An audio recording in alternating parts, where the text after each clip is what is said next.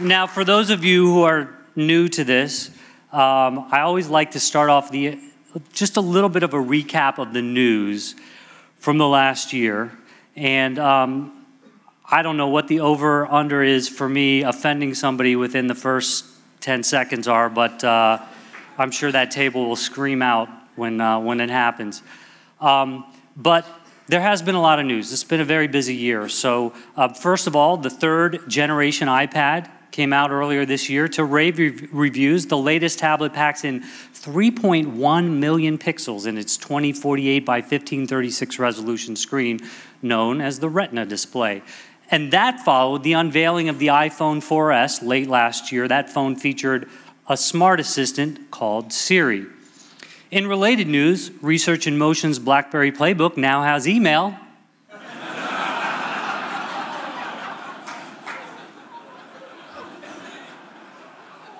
Now, that didn't take long, did it? Now, I'm sure all of you were following the Apple-Samsung patent trial where Apple won over $1 billion when a San Jose jury ruled that Samsung had infringed many of its design patents on most of its mobile devices. A little-known fact, President Barack Obama called Apple CEO Tim Cook to congratulate him and began that conversation by saying, "You didn't win that."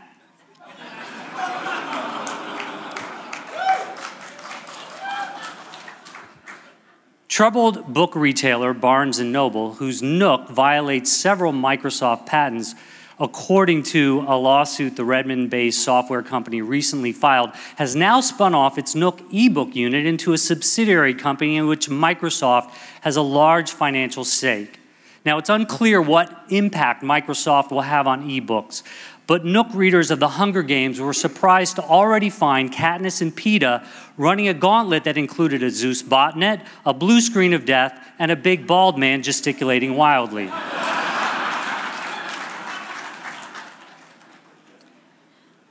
Oracle has been in the news lately. First, the company announced it was getting into the cloud. Then, Oracle's founder and CEO, Larry Ellison, bought a Hawaiian island, Lanai. Now, it won't be expensive to stay there, but you have to pay a 22% maintenance fee on your hotel room. Unlike the Oracle Cloud, the hotels will be multi-tenant, though. New IBM CEO Virginia Rometty was entertaining clients at the latest Masters golf tournament at Augusta National Country Club, which up until recently had been an all-male club that traditionally grants a membership to its main sponsors' CEOs. But in this case, Rometty didn't receive an invitation, causing a bit of a stir. The club officials explained it wasn't an anti-female snub, they're just pissed-off Lotus Notes users. Tomorrow, Apple is expected to unveil its iPhone 5 at another luxurious venue in San Francisco, or as Samsung likes to call these events, our annual product development meeting.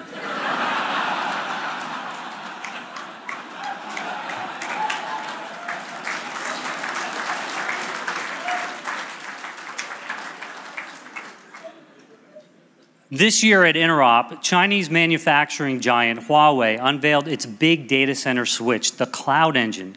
And it sent a strong message about entering the enterprise IT infrastructure market where Cisco has had a stronghold. Now, for some reason, the Cloud Engine was kept at Interop within enclosed, unbreakable glass. A source at Huawei said that was to prevent the switch from seeking asylum. Sticking with Chinese policy, corporations will only be allowed to purchase one.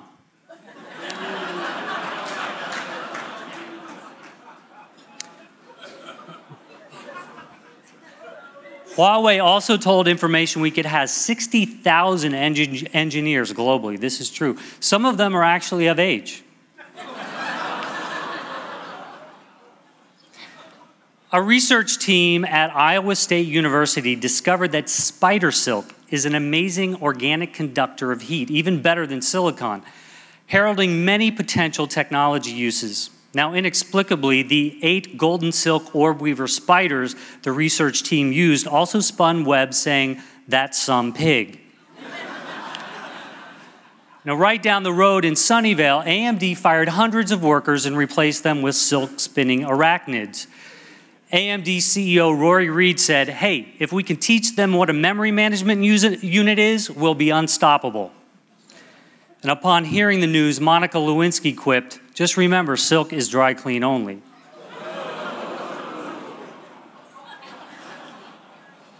So there's a little old IT rulebook joke in there. Icon, assigners of internet domains, has proposed a list of top-level domain names. Companies who submitted these names have to pay $185,000 just to have their proposals evaluated.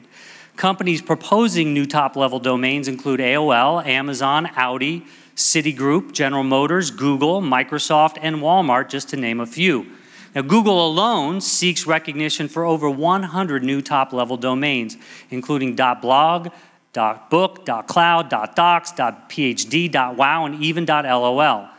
Oracle's Larry Ellison, it's true, Oracle's Larry Ellison responded by applying for .omfg and .lmfao. Now, there is no truth to the rumor that RIM and Nokia both applied for .doa.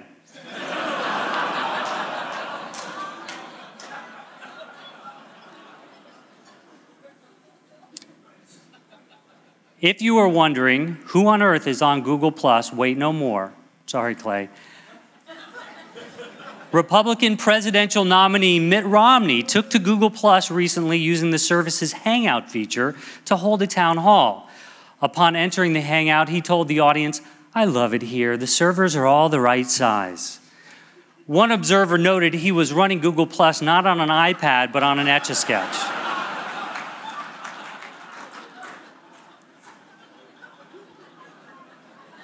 Microsoft's cloud service, Azure, was impacted by a bug related to leap year. Microsoft assured its customers it was fully prepared for the rapture.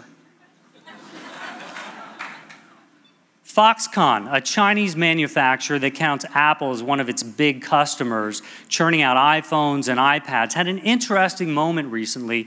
Its chairman, Terry Gao, compared managing his workforce to managing animals, and set out to learn about that task from the director of the Taipei Zoo.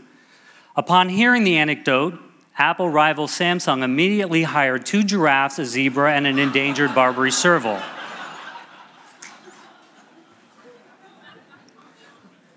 Amid the brouhaha over Rush Limbaugh calling Georgetown student Sandra Fluke a prostitute and a slut on his radio show, it went almost unnoticed that Citrix, makers of virtualization technology, pulled its advertising from the show in protest.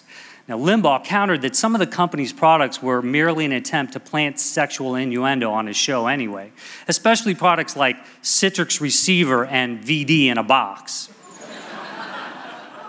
Boy, what? Oh, sorry, VDI in a box. I guess I misunderstood.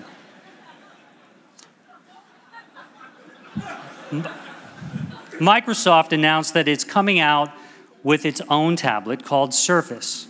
Microsoft said it will be available at shopping malls across America in the Microsoft Store, located conveniently right beside Restoration Hardware.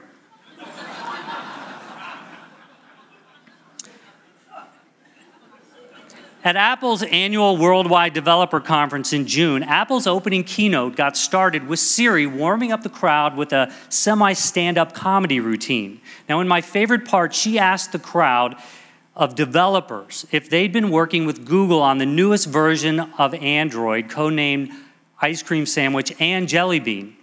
"Who comes up with these names?" she asked. "Ben and Jerry?" Ha! Siri's so funny. Apple then went on to detail its newest desktop operating system, Mountain Lion, which succeeds Lion, which succeeded Snow Leopard, which succeeded Tiger, and so on. Hey, who comes up with these names? Siegfried and Roy?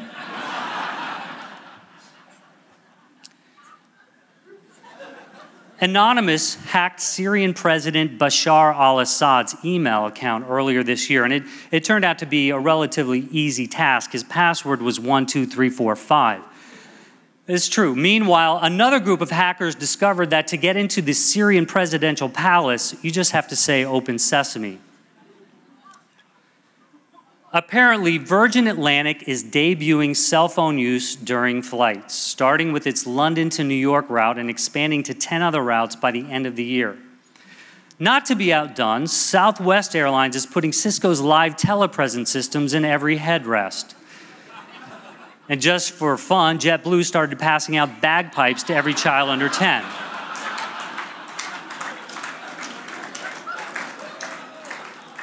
For its part, American Airlines is making every seat just a little smaller and hired a few more surly flight attendants.